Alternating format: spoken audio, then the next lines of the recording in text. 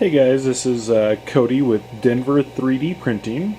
I recently received my Prusa MK4. This is a bit of a review. We got some good, we got some bad. Should you run out and go buy the MK4, or should you wait until maybe they fix some of the problems? So when you get it, this was on my build sheet. I bought the pre-assembled one. Fairly good. The first print I actually dug right in and kind of just started on the Bonkers Benchy, which was a little bit misleading. This is fairly good print for, being 12 minutes of printing time. I want to say 12 minutes of printing time, because even if you were to preheat your thing, it still takes a long time. It's like one wall, there's zero infill. This was kind of a letdown in the world of the Benchy boat race. To dumb it down and bend all the rules and make it so that way you can print fast and decent without the rules is kind of a letdown. So normal Benchy here, this was, I want to say 25-35 minutes, somewhere around there, printing time. The start sequence, the reason why I keep saying printing time, the start sequence on this thing sucks. Even if you preheat it, it now has to actually cool down because of the probing of the bed. They don't want to bend or they don't want to burn the bed material, which, not an awful deal, but hey, it kind of sucks. From there, I just started printing big. So this is a Tiger from Matt Muir. This thing came out really good. Does it print good? Yes. Do you know how long this took to upload on the Prusa link? About an hour and a half. That's my biggest gripe with this printer, is probably the Wi-Fi. In a day and age where we have Wi-Fi, we're used to Wi-Fi. All my other printers here, they're all on duets. Upload a file right from the Cura slicer to the printer, depending on how big it is, 30 seconds to maybe 2 minutes. Not too big of a deal. Here is a Terragrade. This is the first print problem that I had. This leg wouldn't move. This has a very good design to it. You can see the leg in there moves, but I can't bend his things. I can't bend his little arms. This one doesn't show reasons why maybe I am not able to bend his arms, but his body moves, his head moves. These little legs move, but these inside legs did not move. These legs moved. So we'll move on. All of the stuff there in this particular color, the pink and gold, or violet and gold, was basically the first stuff that I kind of printed with this printer. This Ghost Benchy, really nice. This was printed on normal settings prior to the advance or pressure advance and linear settings. Here's my little Waligi. He actually came out really good. So from there, this little guy here too. So this material stuck to the print bed very well. I do use Magic Goo. With this printer, you almost have to use Magic Goo. Let's go. So this one was printed really nicely. this one was used with a brim. Wiggles. This is the new one from Matte Mirror. Those ones also rotate. Cute little happy guy. Boom! Here's a problem. Layer adhesion. So this was not printed with a brim. All the little guys move really nice. You can see there's an extra layer adhesion on that. Still fairly happy with the print, just, you know, wish it was a complete print.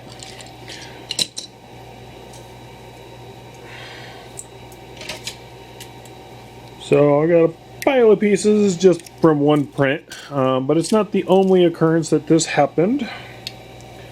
Layer shift. I'm not exactly sure why it layer shifted, but it did.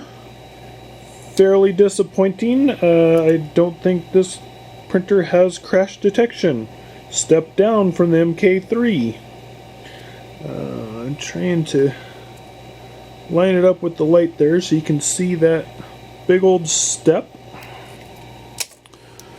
Maybe that one's a little bit better so you can see the step on the foot there. I'm guessing that was probably something with the head, but as you see, I actually started using a brim when I switched to this color because, well, you almost have to with this particular printer. So this one printed quite a bit better. Once again with the brim. Some of these little ones don't bend. I didn't spend too much time breaking it apart. My Little Pony, really nice prints. Oh, what's that? Is that a layer adhesion problem? Yes. Right into this guy. More layered adhesion prints not sticking. I use Magic Goo. I use alcohol to clean my print. I do everything right. But I got lots of layer adhesion issues.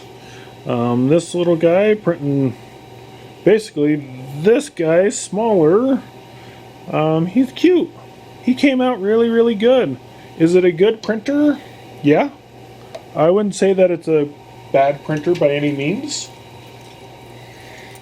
Crystal Dragon. This is a nice little print. Came out pretty good. These prints I can't show you the full thing, but I can show you some problems. We got some broken legs. So this one layer shifted and this leg fell off. This leg's completely gone.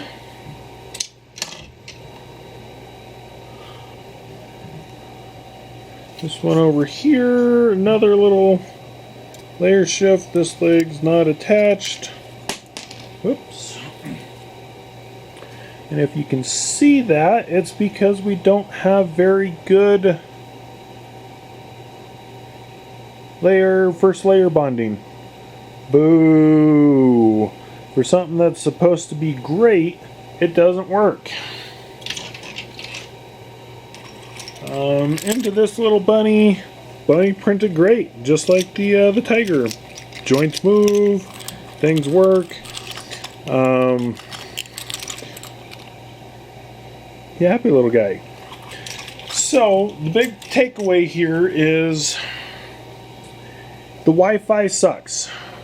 You can't hardly upload files through the Prusa link unless they are the benchies, cubes, little tiny things. I think this one I uploaded through the slicer because it did have some support. I believe it was about 30 minutes to upload.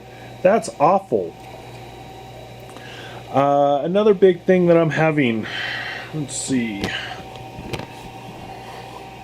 Well, as nice as this screen is, it will freeze on me. It freezes all of the time.